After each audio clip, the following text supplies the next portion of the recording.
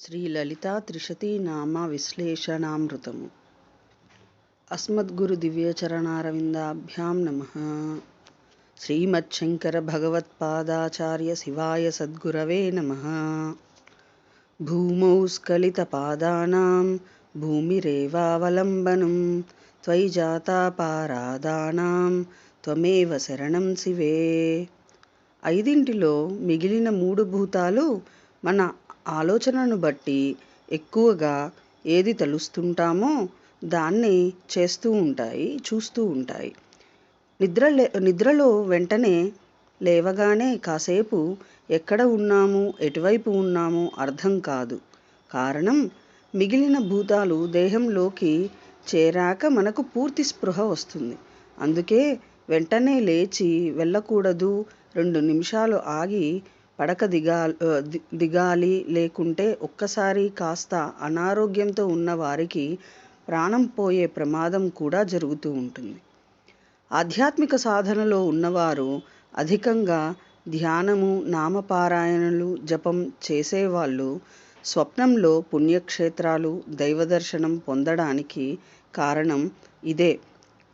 ఎక్కువగా వాళ్ళు తలిచే దైవాన్ని, క్షేత్రాన్ని దర్శిస్తూ ఉంటారు. ఆస్ట్రల్ జర్నీ స్వప్నంతోనే మొదలై తర్వాత ఎరుకలో చేసే సాధనలో కూడా అది సాధ్యమవుతుంది. దేహాన్ని విడిచిన జీవుడు తిరిగి పరమాత్మలో చేరలేక అధికంగా రోదిస్తారు. విలువైన మానవ జీవితాన్ని పాపకర్మల ద్వారా వృధా చేసుకున్నందుకు బాధపడతాడు. అయితే ఆ కర్మలలో పుణ్యం, దైవ కార్యాలు కూడా చేసుకొని ఉంటే మళ్ళీ మానవ జన్మ లభిస్తుంది. కానీ వారు చేసుకున్న పాపము, పుణ్యం ఆధారంగా వారి తలరాతని వారే రాసుకుంటారు. ఏ విధమైన జీవితం గడిపితే వారికి విముక్తి లభిస్తుంది, ఆ విధంగా రాసుకుంటారు.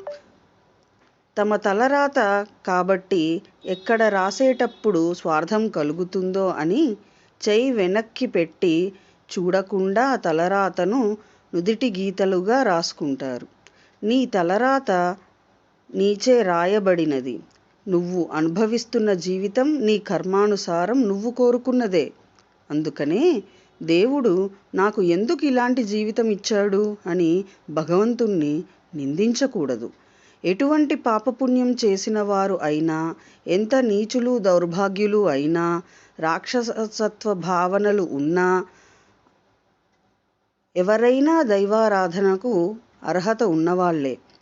నేను ఇది చేయవచ్చా అని ఎవరూ సందేహించాల్సిన పని లేదు. కారణం, దైవానికి భేదభావం లేదు. బ్రతికి ఉన్నంత కాలం మళ్ళీ మళ్ళీ అవకాశం భగవంతుడు ఇస్తూనే ఉంటాడు మారడానికి.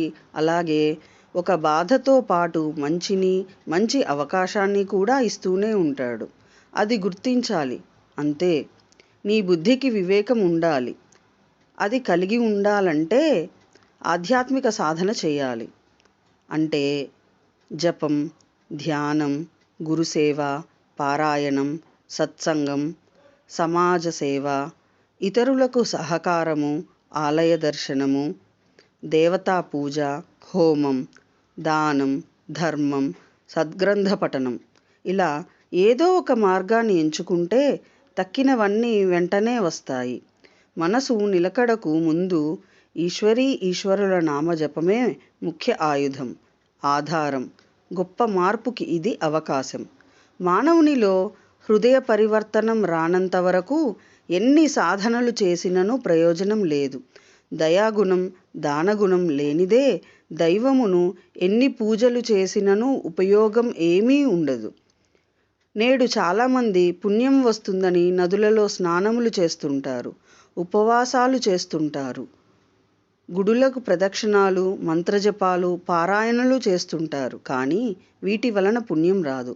ఇవన్నీ మీ హృదయాన్ని పరిశుద్ధం చేసుకోవడానికి చేసే సాధనలు మాత్రమే. తీర్థనదుల్లో స్నానం చేస్తే పాపం పోయి పుణ్యం వస్తుందనుకుంటే చేపల కంటే పుణ్యాత్ములు ఈ సృష్టిలోనూ ఉండరు కదా. ఉపవాసాలు ఉండటం వల్ల కోరికలు తీరుతాయి అనుకుంటే నిత్యము ఆకలితో పస్తులుండే పేదవాడు ఎప్పుడో ధనవంతుడయ్యేవాడు కదా. అత్యాశ సోమరితనం వలన మానవుడు ఇట్టి భ్రమకు లోనగుచున్నాడు. ఇవన్నీ చేయకూడదు అని కాదు, చేయాలి. కానీ అంతటితో ఆగిపోకుండా ఆత్మతత్వమును అర్థం చేసుకొని హృదయం పరిశుద్ధం చేసుకొని పరమాత్మను అంతరాత్మలో ఆరాధించుకోవాలి. ఏనాడు మీ హృదయాలు పరిశుద్ధమై పరమాత్మ కొరకు పరితపిస్తాయో ఆనాటి నుంచి మీరు నిజమైన పుణ్యాత్ములవుతారు, ధన్యాత్ములవుతారని తెలుసుకొని ఆ ప్రకారం నడుచుకోండి. ప్రతి మనిషి జీవితాన్ని అందంగా మలుచుకోవాలనుకుంటాడు. వేసే ప్రతి అడుగు పూలబాట కావాలని ఆశిస్తాడు.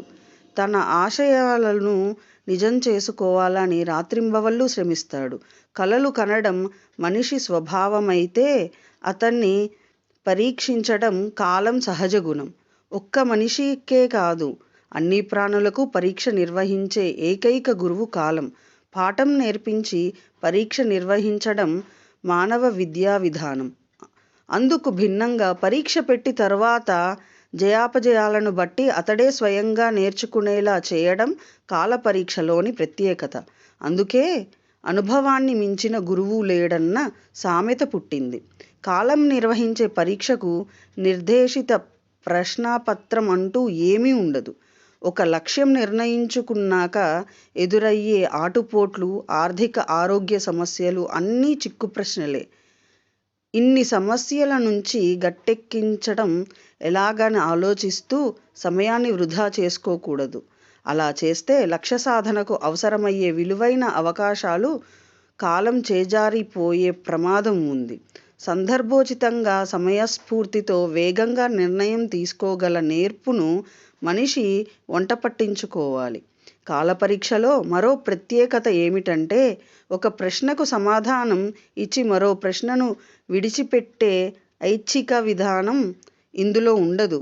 లక్ష్యం వైపు అడుగులు వేస్తూనే ఎదురయ్యే అన్ని రకాల కష్టాల్ని ఎదుర్కోవాలి. బాధ్యతలను చెక్కు చెదరని ధైర్యంతో పూర్తి చేయాలి. సర్వం శ్రీ సద్గురు దివ్యచరణారవిందార్పణమస్తు. శివశక్తి రూపాయ నమః శివాయ. ఓం శ్రీమాత్రే నమః.